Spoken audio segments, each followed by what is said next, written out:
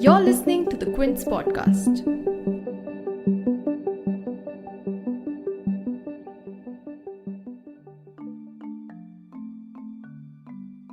Some high-stakes elections are being conducted in the country under the looming presence of the pandemic. 94 seats in 17 districts have gone to polls in the second phase of Bihar elections, as 10 other states are voting in the Bypolls of 54 seats. In Bihar, there are as many as 1,500 candidates contesting in the second phase, including RJD's Tejashwi Yadav and Pratap Yadav from Raghopur and Hasanpur constituencies, along with several ministers of the state cabinet, like Road Construction Minister Nand Kumar Yadav, who's seeking his 7th consecutive term from Patna Sahib. As Tejashwi seems to have gained more popularity in the past 6 weeks, what will really be tested in this phase is the strength of the RJD-led Magathbandhan in the face of Nitish Kumar's 15-year-old anti-incumbency. While the RJD squares off with the BJP and the JD alliance in Bihar, elsewhere in Madhya Pradesh and Gujarat, the Bypolls tantamount to a prestige battle between the Congress and the BJP. While the MP by-elections will decide the fate of the 7-month-old Shivraj Singh Chauhan government, in Gujarat, the BJP is looking to strengthen its presence further as the Congress ended its campaign with a video clip allegedly showing an ex-legislator from the party saying that he and a few other MLAs took ₹10 crores from the BJP for resigning from their seats. Will Kamal Nath be able to make a comeback, or will the newly formed Shivraj Sindhya alliance hold ground? Who has an advantage in Bihar's second phase, and why is it likely to decide the electoral fate of the NDA and the Magathbandhan? To analyze all this, I'll be shortly joined by the Quint's political editor, Aditya Menon, in this podcast. You're tuned in to The Big Story, the podcast where we dissect the headline-making news for you. And I'm your host, Shorbury. In the first phase of Bihar elections, 71 seats had gone into polls, and by the time the second phase is done, the fate of 2/3 of the 243-member Bihar Assembly will have been decided. And whoever can maintain an edge stands at an advantage before the third phase is due on 7th November. The districts which have gone to polls in this phase in Bihar include Gopalganj, East Champaran, Siwan, Saran, Muzaffarpur, Shohar, Vaishali, Patna, Samastipur, Begusarai, Khagaria and Bhagalpur, West Champaran, Madhubani, Darbhanga and Nitish Kumar's home district Nalanda, where all 7 constituencies are in the fray. Unlike the last phase, where there were more JDU versus RJD battles, this phase will see a higher number of RJD versus BJP contests. The BJP is contesting in 46 out of the 94 seats, and in 27 of these seats, the party will be locked in direct contests with the RJD. While this phase has a fair amount of urban and upper caste votes which might favour the BJP, there's also a strong Yadav and Muslim presence that might help the RJD. What will also be a deciding factor is where the votes of the EBCs and Mahadalits go, who in the past few elections have largely voted in favour of Nitish. What is also worth looking at are the results from 2015 elections in these seats when the JDU and RJD were in an alliance. The RJD had won 33 out of these seats then, and 30 others had gone to the JDU, while the BJP had backed 20 wins and the Congress 7, and the Lok Janshakti Party had won 2. But this election season, all the equations are vastly different. Firstly, the JDU is with the BJP in this one, and secondly, not only does Mr. Kumar face a massive anti-incumbency, while PM Modi remains fairly popular, but also unlike the last election where Nitish Kumar called the shots, this year it is the BJP which appears to be outsmarting the JDU. So what is the fight looking like in this phase? Who stands at an advantage? Aditya dissects the second phase. So in the second phase, the areas that voted in Bihar are mostly north of the Ganga River and south of the border with Nepal. So roughly the central strip within Bihar is what voted on in the second phase. There's a higher concentration of urban centers. Patna, the state's capital, voted in the second phase. Especially in the western part of the areas that voted today, the concentration of upper caste voters is higher.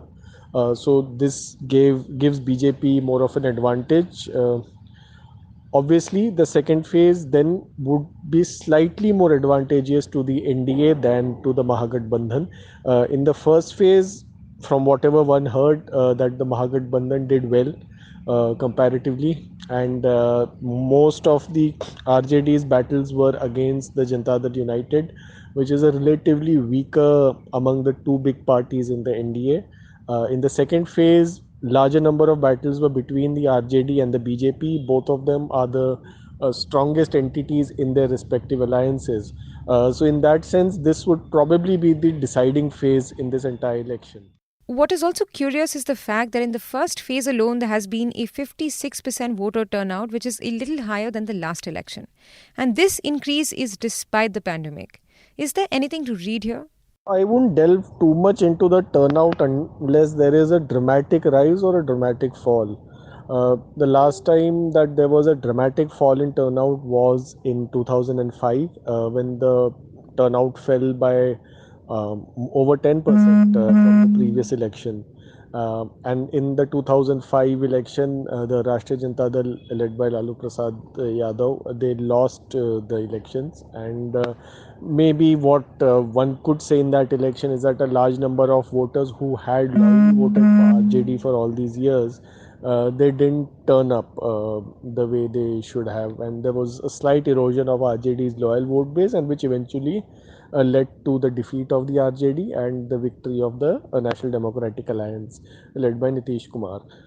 So unless there is a dramatic fall or a dramatic increase in turnout, one can probably say that there won't be much of an impact. Obviously, there are local differences. For instance, in the first phase, we saw a pretty significant fall in turnout in Munger, which is where the police attack on a Durga Puja procession took place. Apparently, there was anger among BJP voters because the police SP was linked, is the daughter of a Janata Dal United leader. So a section of BJP voters didn't turn up in anger, and what was considered a safe BJP seat became slightly dicey for it. So, I mean, unless there are local variances, there are constituencies in which the turnout has fallen dramatically or risen dramatically, probably we cannot make any big macro level assumptions about this election just based on the turnout. But along with the Bihar elections, there are also some crucial bypolls happening on the side. Uttar Pradesh, Chhattisgarh, Haryana, Jharkhand, Karnataka, Nagaland, Odisha, Telangana and Gujarat are also holding by-elections, but the stakes are the highest in Madhya Pradesh. Out of the 54 seats that have gone to polls, 28 are from Madhya Pradesh. Clearly, it's all or nothing for the Congress and the BJP in the state, but most importantly, it's also a prestige battle between former CM Kamal Nath and Jyotiraditya Scindia, whose defection along with other Congress members to the BJP necessitated for the bypolls. While the Congress would need all 28 of these seats to make a comeback for Kamal Nath, the BJP needs 9 wins to cross the halfway mark in the 230-member assembly. But with the 4 independents, 2 BSP MLAs and 1 suspended SP MLA now siding with the BJP, does Kamal Nath stand much of a chance?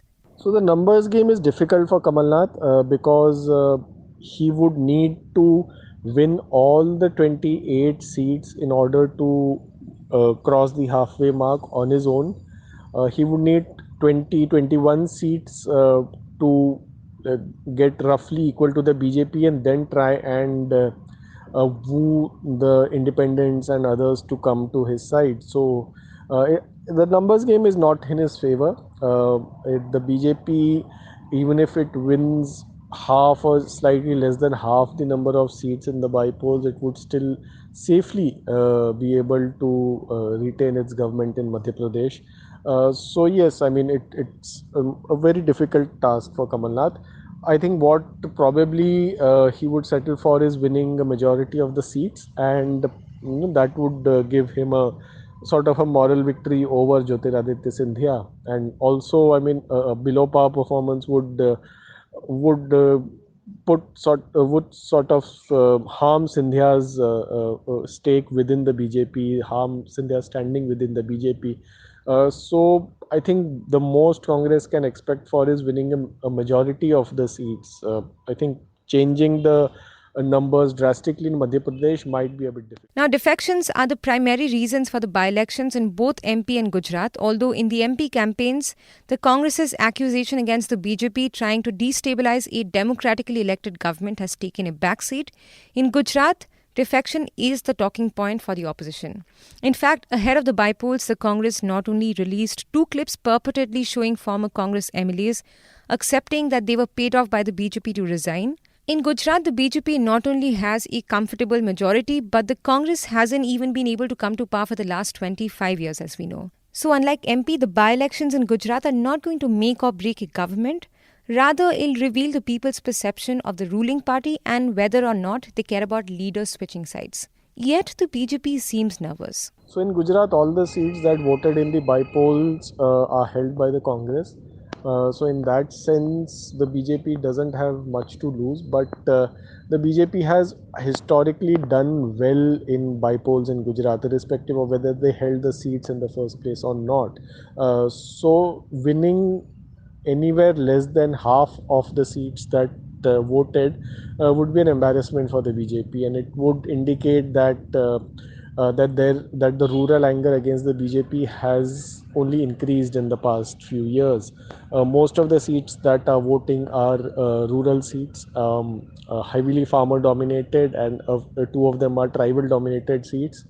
So the BJP, if it gets reduced to less than half of the seats, then it would be embarrassing for it. And Congress, I think it could safely showcase this as proof of its resilience in Gujarat, and that it is in position to take on the BJP when elections are held 2 years from now. That's all for this episode, but until the elections wrap up, stay tuned to the Quint for election updates and analysis stories.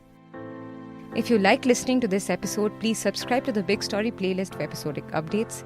We're live on Apple, Google Podcast, Spotify, JioSaavn, and most of the other popular podcast streaming platforms. For other podcasts, please log on to the Quint website and check out the podcast section. For any feedback, shoot an email to podcasts@thequint.com.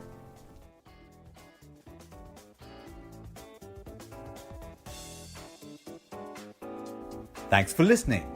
Log on to the Quint's website and check out our other podcasts